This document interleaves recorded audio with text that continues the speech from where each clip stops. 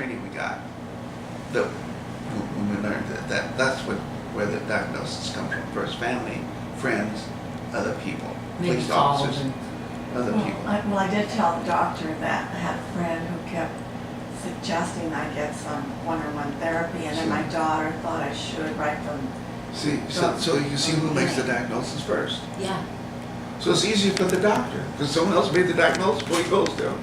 Well, actually, he knew from my demeanor I wasn't myself, because I've been going to him for many, many, many years, and he said, usually I'll walk in and we have 8 things to talk about. Today I walk in. She had nothing to say. Yeah, my demeanor was different. So he knew. Plus, he knew of my husband's death from last year. And she was the main caregiver for it. Yeah. So I think that doesn't that create a lot of problems in your hormones and things when you've got that kind of stress? Whenever, see what happens is your hormones do the trick. That's what causes the troubles, hormones. Well, I was under tremendous stress for a long time, and so I was really sick after he left. And I was having chest pains the night he was dying. So I thought I was going to have a heart attack that night. And so my daughter ran and got me Bayer aspirin, and she had me chew I don't know how many tablets. Oh, wow. Because we heard that would help. It did help, didn't it? Yeah, Well, I what? didn't die. I guess it will help. If you're having a heart attack, you chew up an aspirin. Yeah. It'll prevent it. Yeah. See, Well, prevented it's a blood thinner. Yeah. So, see, 'cause strokes and heart attacks is a clot of the blood that just blocks the Feedback. artery. Right. Blocks the artery, that's what causes it. So when you have blood thinner that thins it out, it breaks up the clot. Well, I was having chest pain. It Yeah. was bad. And then I was sick after that too. Well, did you? I lost my balance. I had to use a cane for about 3-4 weeks. I wasn't feeling good. I had to go to the doctor because my family insisted I go see the doctor. And he didn't think he was going to find anything. He figured, well, she lost her husband. You know, she's grieving. But he did an EKG anyway. So he said his goodbyes. He left the room. It was a doctor I'd never seen before. And so he sends in the assistant to do the EKG. He evaluated it, and it turns out it had some angina activity going on. So then they recommended a treadmill test.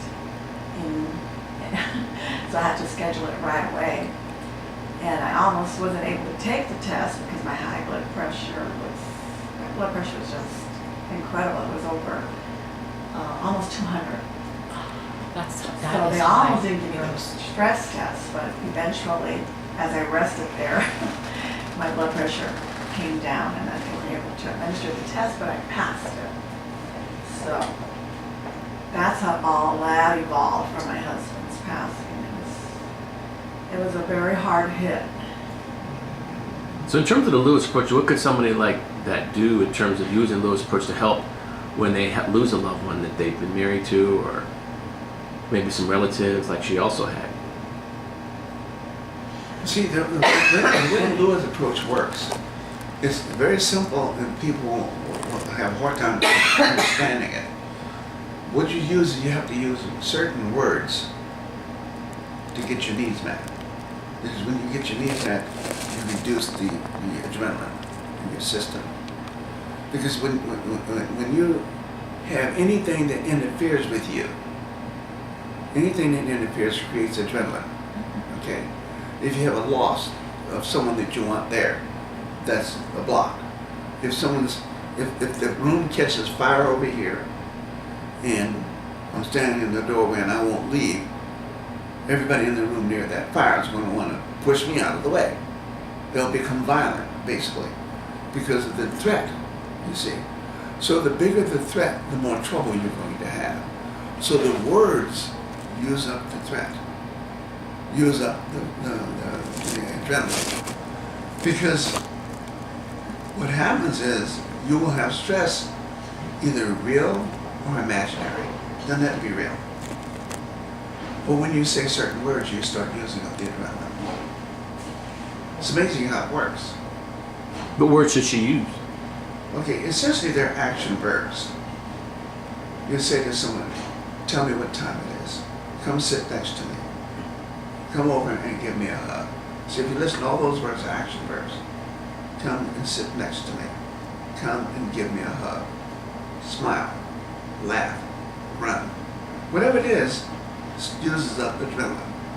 Who does she say that to? Anybody, you can say it you can say it to yourself in the mirror, but generally you want people to do things for you. If there's nobody around, you can say it to yourself in the mirror, but it's good to tell people to do things with you for the interaction, social interaction. It works because the social interaction is what relieves tension because you're connecting with people. And the key to it all, when you tell someone to go look out the window and see if it's raining, or come and sit next to you, you don't realize it, but you're using up the adrenaline. And when they do it for you, they hit your endorphins, making you feel better. The endorphins are what makes the difference. So by using these instructional statements, she's using up the adrenaline to help account for the loss of a loved one, so therefore she doesn't feel as bad, blood pressure doesn't go up, all these different things. Yeah, see, the loss is still going to be there, but the hormones that's triggered by that will be used up. I see. See, because I don't bring my brother back, but I can use up the adrenaline of the loss. If you don't use up the adrenaline, you think it's your brother leaving that did it. It's the adrenaline that's causing the trouble. It's making you sick. Yeah. So this Lewis approach, do you have to take medication with this, or just words you're using No, alone? you don't take medication with the Lewis approach. You're just saying words. It replaces medication. Oh, I see. So it's cheaper. Without any side effects. It's cheaper and quicker. Yeah, I like it. Let's assume that you have depression. You take this is what caused me a problem in the first place. I had a person that was depressed, so the doctor prescribed medication for this person, antidepressant. And he said it would take 6 to 8 weeks to work. Okay, 6 to 8 weeks. If it doesn't work, we have to taper you off of that medicine and put you on another one. What? You mean I waited 6 to 8 weeks and it doesn't work?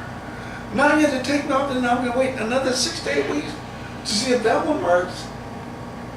And if that doesn't work, they got to take you off that one and put you on another one 6 to 8 weeks. I couldn't take that.